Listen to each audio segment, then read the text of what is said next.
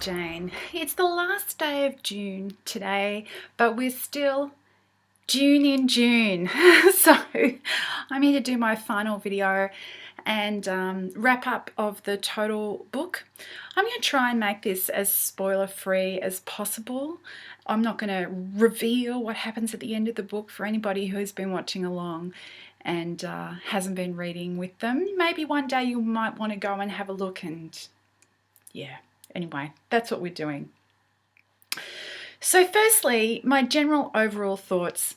I enjoyed this read pretty much most of the way through. The ending actually I found a bit of a letdown, the ending of the story itself, just because I didn't really feel like there was much in the way of surprises there. It was pretty much everything that you kind of would expect to happen happened. Paul, who is the big hero of the story, continued to not really engage me super much. So in a way, I kind of felt like I was seeing the rise of an Anakin Skywalker or something, like somebody who's seemed to be a good guy and everybody felt, positively towards, but became more and more rigid as he acquired power and yeah. So I wasn't super psyched about it, and I'm probably not going to be continuing with the story. Since I finished, I've actually talked to a number of friends in real life who've read the book years ago, and they all had positive recollections. Said, "Oh yeah, Dune, I should read that again." And I have a feeling that this is a book that it's easier to just read on the surface level if you read it maybe earlier in life. And of course, there are so many elements of it that are of its time, and it has dated a little bit. So probably, it's a classic. I am very glad to have read it, and I did basically enjoy it, but I didn't love it. I certainly didn't love it. And beyond that, there are a few things about it that I had real issues with on reflection. That didn't really jump out as major things along the way, but reflecting back, they're things that that limit my enjoyment of the book.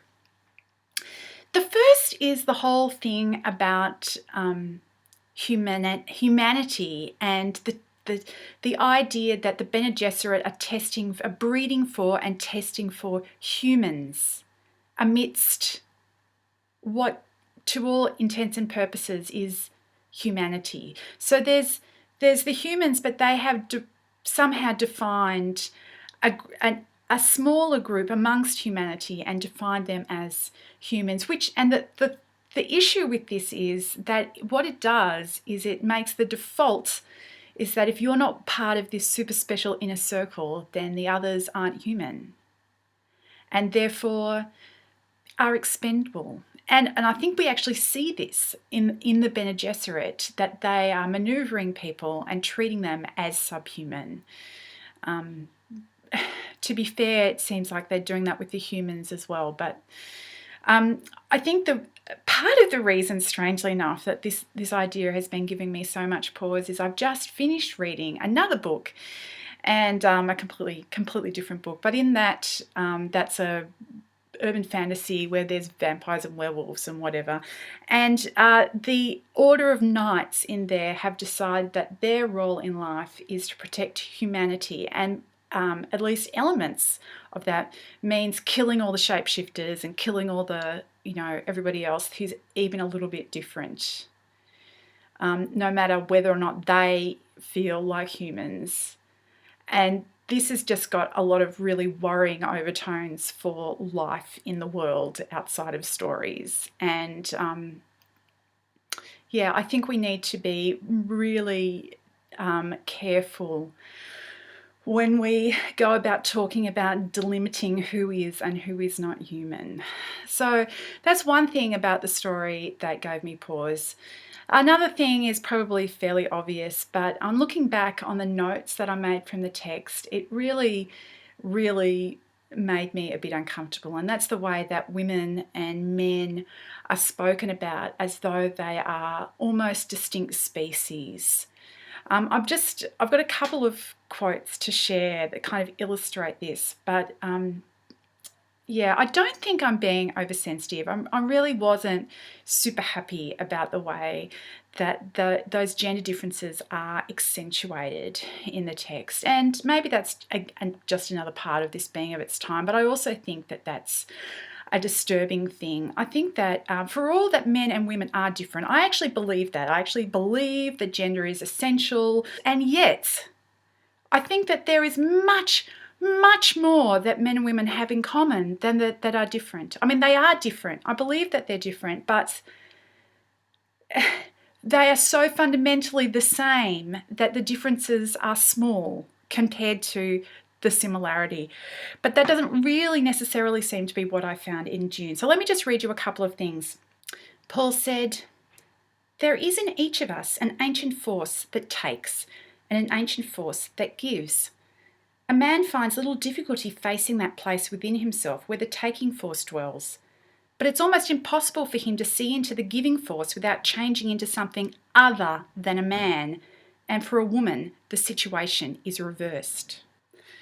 And this is from one of the appendixes. "It was as though Jupiter, in all his descendant forms, retreated into the maternal darkness, to be superseded by a female immanence filled with ambiguity and with the face of many terrors." So, yeah, that's one of the things about the book that gave me pause. But on the positive side, I actually found the appendices at the end of the book, because I'm reading on my e-reader, I couldn't really, it's much harder to flip back and forth, and so I didn't actually get to the appendices until the very end. And as one of them is a glossary for the terminology, that's always a bit of a giggle, because you get to the very end and it's like, oh, okay, now we're explaining all of the things that I've just waded through. But anyway, apart from the glossary, there were a number of appendices at the end of the book that were fascinating.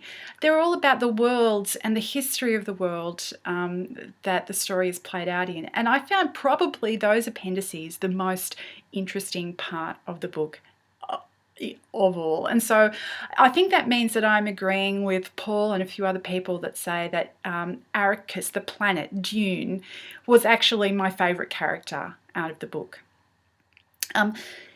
In particular, there was a section about the religion or the religious history in the world, and it has this really fascinating reflection on the effect of space travel on religion. I'm not going to go into it in any great depth, and before we go any further, I have to say I almost entirely disagree with the conclusions that the book is drawing. But I just thought that was such an interesting idea to actually talk at length about how space travel affected the religion of the people who became spacefaring. So, although this is certainly not my favourite book of the year, I'm glad to have read it. And thanks for everybody for joining in the read along. Thanks especially to Paul for hosting it, because I probably wouldn't have gotten around to reading this if you hadn't encouraged everybody to join in. And that's it for me. That's it for Dune in June. I hope you're all well, and I'll talk to you later. Bye.